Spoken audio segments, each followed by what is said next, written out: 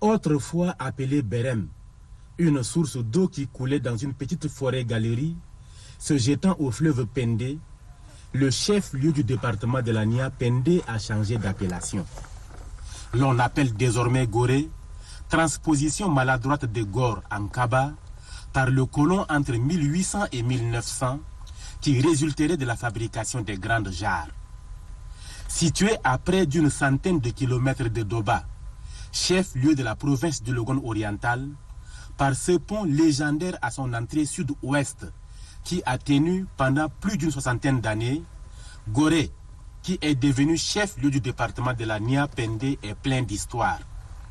Le maire de la commune de Gorée, Minei Toloum Joseph, ne tarit pas d'éloges à ses ancêtres. Ses habitants furent presque des Gonros. Et les Gonros, ça c'est un patois et on les appelle des guerriers. Et ces guerriers viennent faire la guerre contre les gens qu'on appelle les Mbembe. Et maintenant on peut les appeler des Peuls. Et ces gens viennent de la région de Binder et ils viennent combattre les habitants de Gorée.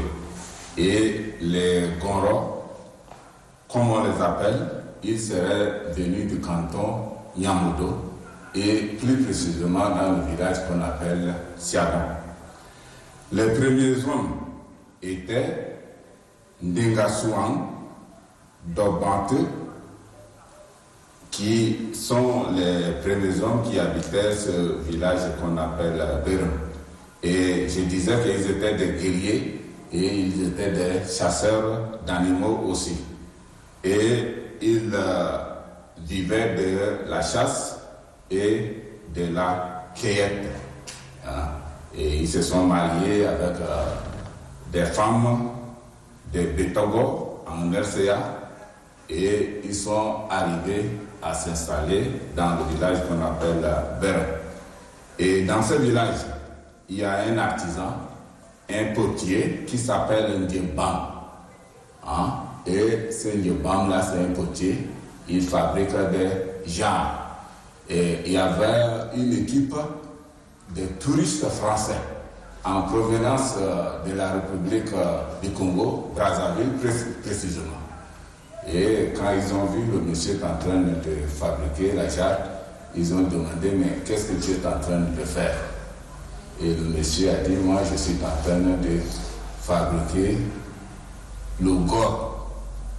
Et comme ils ont mal écouté, ils ont interprété autrement et ils disent Gorée. Or, le nom de Gorée, entre-temps, c'était Berem. C'est en 1909 que le capitaine Mercier fait de Gorée un poste administratif. Il devient ainsi, 3 ans plus tard, chef-lieu de la circonscription de la Pendé, dépendant de Lubangui. Par arrêté du 30 avril 1950, Gorée devient poste de contrôle administratif. Le décret 132 du 12 août 1964 transforme Gorée en sous-préfecture. C'est plus tard, en 2002, à la faveur de la décentralisation, que le décret 419 /PR /PM /MAT /2002 du 17 octobre 2002 crée le département de la Nia Pendé avec pour chef-lieu Gorée. Ce département compte aujourd'hui 4 sous-préfectures, à savoir la sous-préfecture de Békan, la sous-préfecture de Donia, celle de Yamodo et bien entendu la sous-préfecture rurale de Gorée. Selon le recensement de 2009, le département de la Nia Pendé compte une population estimée à 120 000 âmes, affirme le préfet Abdelkerim Tahir Ali. Nous avons recensé aussi 200 villages et 27 fériques. Nous avons aussi 57 429 réfugiés et 14 053 retournés Tchad. Aujourd'hui, Gorée est devenue l'une des 3 communes élues de la province du Logone oriental. Gorée est érigée en commune par le décret 462 du 23 octobre de 1997. Et avant, c'était une commune de moyen exercice, mais avec les élections, Gorée est devenue une commune de plein exercice. Avant, nous avons autour de 19 000 habitants. Mais aujourd'hui, à l'heure où je vous parle, avec la démographie, nous sommes à 45 000 habitants. Et là, c'est uniquement les 18 quartiers que compte la commune de Gorée. Mais à ces 45 000 s'ajoutent une cinquantaine de mille de réfugiés et une vingtaine de mille de retournés tchadiens qui vivent dans le site de Tanamadia et de Kobité. Et tous ces gens-là, c'est leur source où ils se nourrissent, c'est à Gorée. Situé à seulement une trentaine de kilomètres environ de la frontière Tchad-RCA, le département partage une longue frontière avec la République centrafricaine à travers 3 de ses 4 sous-préfectures. Cette proximité avec la RCA n'a pas été sans conséquences. Lors de l'éclatement des conflits dans ce pays, ce sont près de 60 000 réfugiés centrafricains et plus de 15 000 retournés tchadiens ayant fui la guerre qui ont trouvé refuge à Gorée et dans ses alentours. C'est l'exemple des camps de Danamadia et de Kobité. Pour leur président, Anour Oumar Abdelkerim, n'eût été la légendaire hospitalité des enfants de la Niapende, la sécurité et la quiétude que leur a offert l'État tchadien, l'espoir de vivre leur était ôté. Comment est-ce que nous sommes venus de la RCA? C'est les guerres de la RCA qui nous ont fait venir ici. Comme vous voyez, les gens qui s'entourent de moi là, il y a des gens qui sont nés là-bas. Même leurs pères sont partis à l'âge de l'adolescence et ils les ont mis au monde là-bas en RCA. Ils ne connaissent même pas ce que c'est le Tchad. Mais avec l'événement de la guerre, les gens sont obligés de venir. Et quand on est venu, on est accueillis ici par les autorités administratives. D'ailleurs, c'est les autorités administratives, le gouvernement tchadien qui est allé même nous prendre en RCA pour nous faire venir ici. Et c'est que vraiment, c'est une bonne chose que le gouvernement tchadien à l'époque a fait pour nous faire venir ici. Et dès que nous sommes trouvés ici, là, on s'est trouvé. D'abord, c'est le problème primordial, c'est la sécurité. Mais dès qu'on a acquis la sécurité, d'autres problèmes on fait leur jour.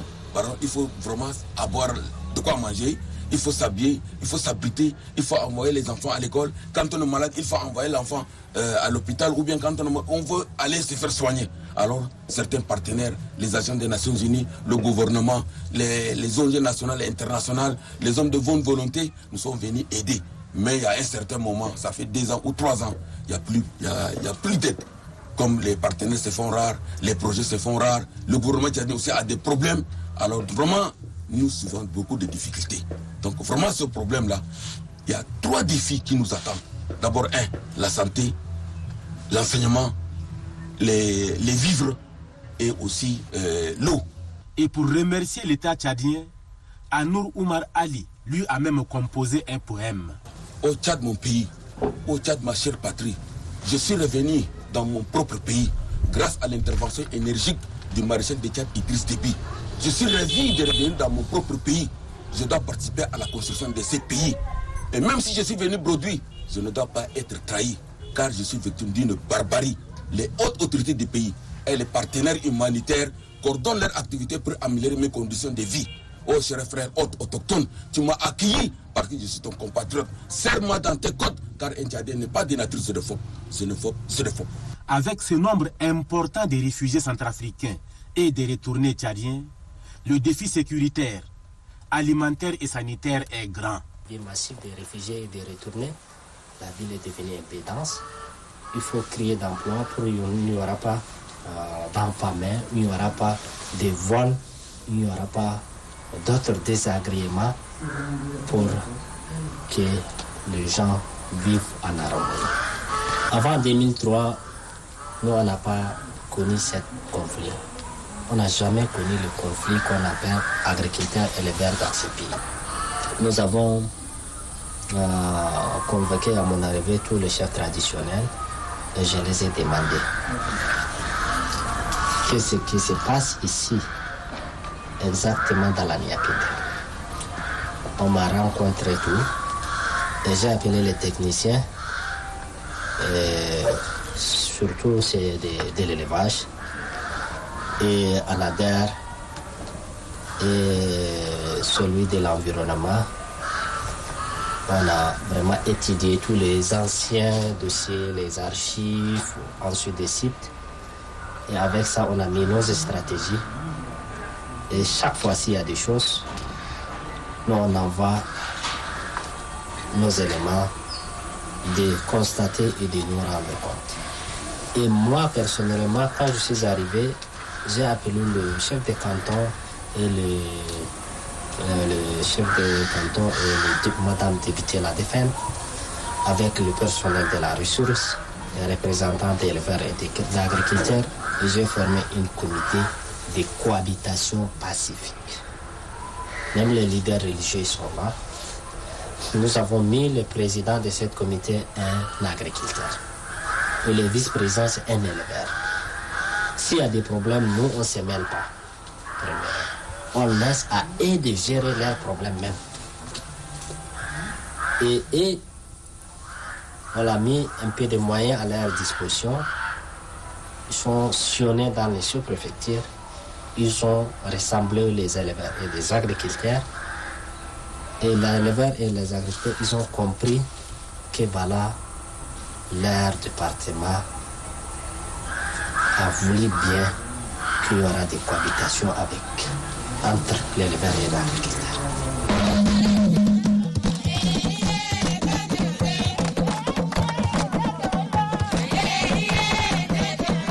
Fort conscient du changement climatique, de la dégradation de l'environnement, de la coupe abusive des arbres, partant de la déforestation, prenant comme exemple de l'avancée du désert, de la disparition des faunes et flores dans les provinces voisines du Logone occidental, de la Tandjilé, le groupement féminin de la CELIAF de Gorée décide de prendre le taureau par les cornes. Et pour lutter contre la coupe abusive des arbres, la destruction de l'écosystème, ce groupement s'acharne dans la formation des ménagères pour fabriquer du charbon à l'aide de paille et du son de riz. Maman Thérèse, c'est ainsi qu'elle aime à se faire appeler, partage avec ses sœurs les fruits de sa formation. Ce qui nous a poussé, l'ONG FAO nous a formés pour la fabrication parce qu'il y a la dégradation des arbres, coupure abusive des arbres. Nous voyons, si c'est la Niapende, peut-être le mont de l'âme, et ici vers Yamoudo, qu'il y a des arbres. Mais là-bas, vers Mundo, tout ça, il n'y a pas des arbres maintenant, jusqu'au nord. Donc on ne peut pas continuer à être comme ça. Et il faut couper, il faut planter, mais les paysans, nous coupons, nous ne replantons pas pour remplacer. Donc pour être à zéro coupure, ou bien la dégradation, de diminuer les coupes abusives de bois pour faire le charbon. Donc c'est mieux de ramasser les feuilles mortes, les pailles, tout ça là, pour faire des briquettes à base de paille, de riz. Paille de riz ou paille à emballage de feuilles mortes. Afin d'arriver à une fabrication en quantité suffisante pour satisfaire toute la population, certaines difficultés doivent être surmontées. Fabrication, le charbon par boîte, c'est ça qui fait tarder. On ne peut pas beaucoup produire. Il n'y a pas de machine. Donc c'est l'énergie qui fait. Donc faire peut-être un jour on fait à 200, 300 comme ça, on laisse et demain au fur et à mesure. La cendre de cette fabrication est conservée car elle devient de l'engrais naturel pour les champs et le maraîchage. Maman Thérèse ne se lasse jamais d'expliquer aux écoliers le bien fondé de cette technique qui protégera leur environnement et les sauvera des effets pervers du réchauffement climatique. Subséquemment, des centres d'apprentissage en couture sont créés tant dans la commune de Gorée comme dans les camps de retournés pour la promotion et l'autonomisation de la femme. Et pour parfaire cette indépendance tant souhaitée de la femme, un grand centre est construit et mis à la disposition des groupements féminins de la Niapende pour leur prise en charge.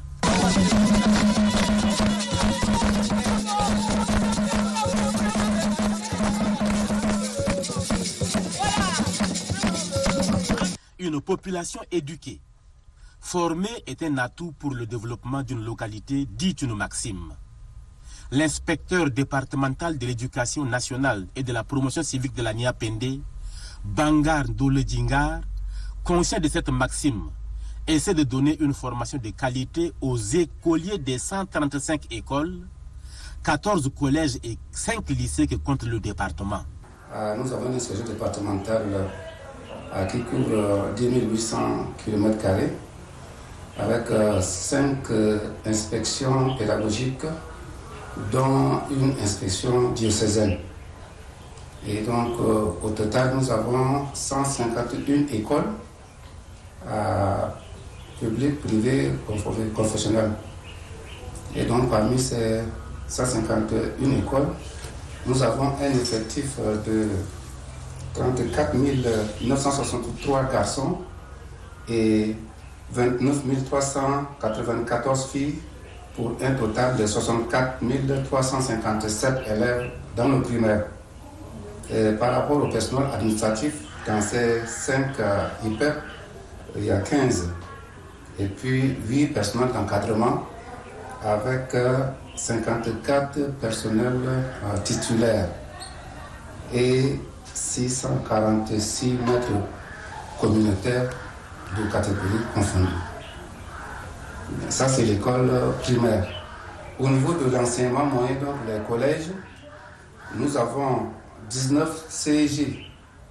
Et donc les privés avec les confessionnels, tout compris. Donc 19 CEG avec un effectif de 2184 garçons et 1578 filles pour un ensemble de 3762 collégiens qui sont encadrés par 10 enseignants titulaires, 114 professeurs contractuels.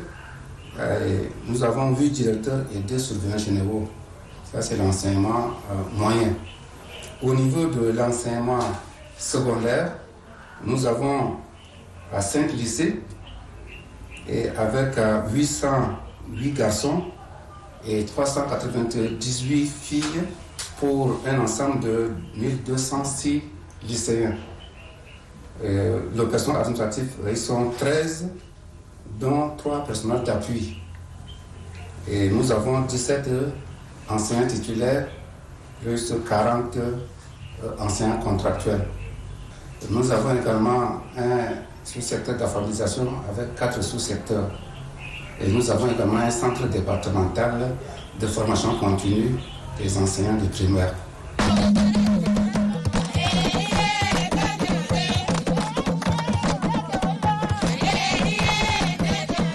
Une ville ne peut se développer que lorsque certaines conditions sont réunies. Enseignants et anciens députés, Ngonas Lawal Ndia estime qu'il faut en priorité la réalisation de certaines infrastructures. C'est d'abord les infrastructures routières. En saison pluvieuse, Gorée est coupé de 2 sous-préfectures qui sont Yamodo et Bécan. Et peut-être en venant, vous avez vu le pont sur la Niapende, c'est presque en train de se démolir. La première chose, c'est les infrastructures routières. La seconde, c'est le manque d'enseignants. Donc les écoles, presque 60% des écoles tournent avec le maître communautaire comme directeur. Les CG, on n'a que le directeur qui est fonctionnaire de l'État. Le lycée même manque de professeurs scientifiques. Donc c'est tout ce problème-là qu'il faut résoudre. Et l'État a essayé d'aider le département en installant l'électricité. Mais jusque-là, ça ne fonctionne pas très bien. Avec l'aide de 5%, ça a fonctionné 1 an, 2 ans comme ça, et puis ça s'est arrêté. Donc c'est ça les gros défis qui nous attendent. Et cette année, je crois qu'avec la rareté de pluie, nous sommes menacés par la famine. Ce qui fait que maintenant, vous allez trouver au marché, le prix des sacs de denrées, là, ça augmente de jour en jour.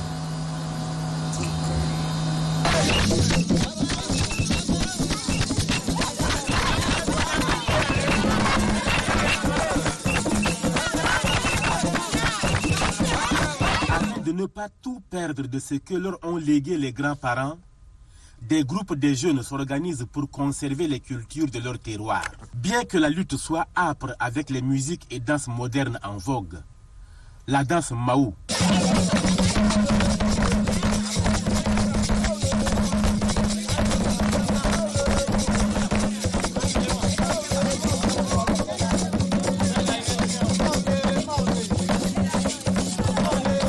Dala,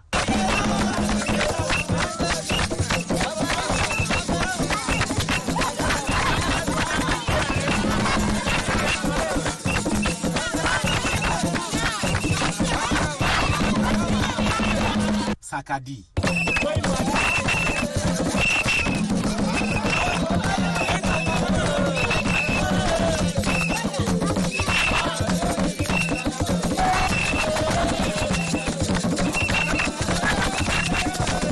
le lalou flûtiste,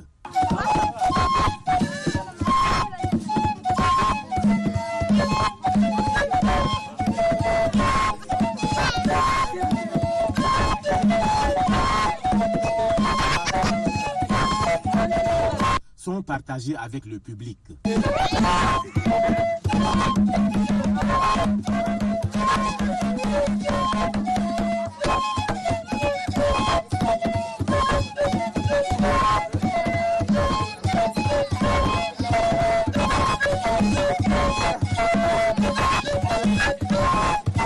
Pour l'épanouissement de ces jeunes départements, les conseils fusent de toutes parts.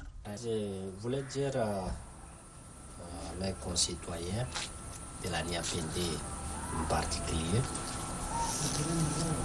que ce département est calme.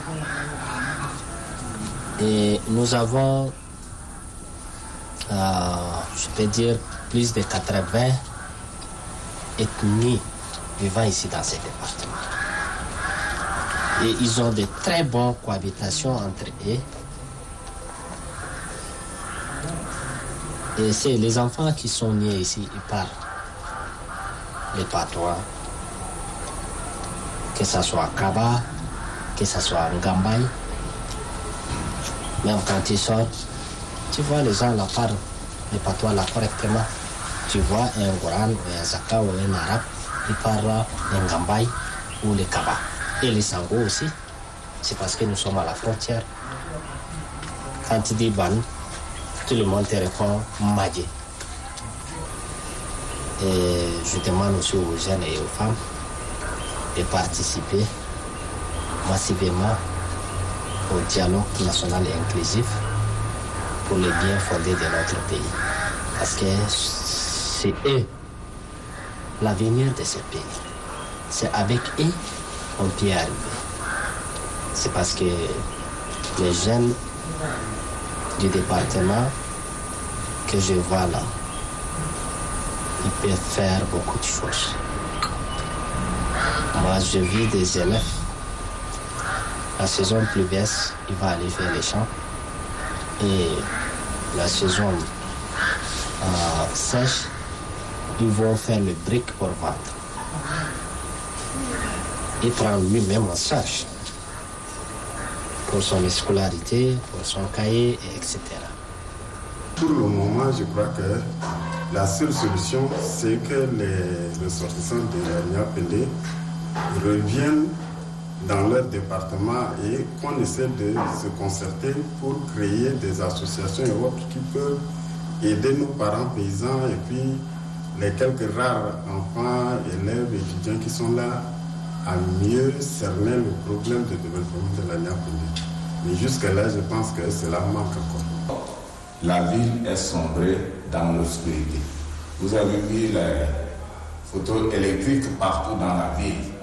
Mais les deux générateurs qui nous donnent de l'électricité dans la ville sont tombés en panne depuis 2 ans. Donc nous vivons dans l'obscurité et ça c'est une des difficultés également.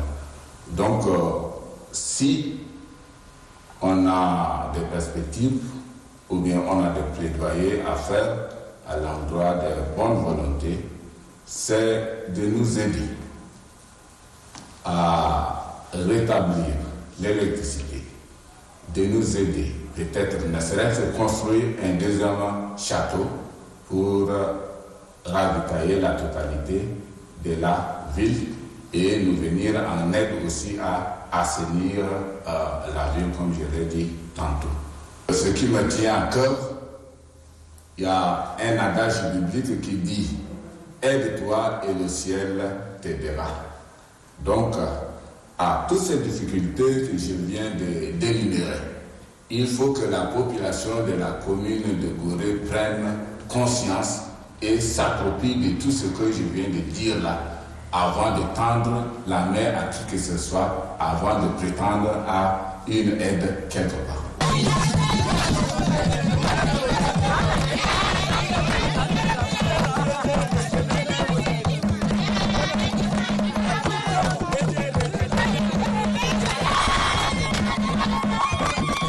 Deux radios privées, Réveil FM 95.5 MHz et Simadi sont implantées à Gorée et s'évertuent dans l'information, l'éducation, la sensibilisation, voire la distraction de la population par le biais de diffusion des messages de masse en Kaba, langue du terroir, Sango, parce que voisin à la RCA, en Fulfulde, en Gambay et en arabe.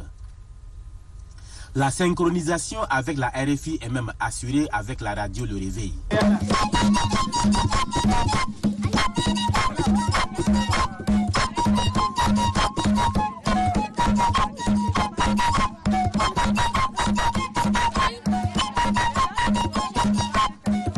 S'il règne une accalmie et une paix relative entre les communautés vivant dans le département de la Nia-Pendé, ceci est dû aux efforts conjugués des autorités administratives locales, traditionnelles, coutumières, qui ont anticipé dans la création des comités de gestion des conflits.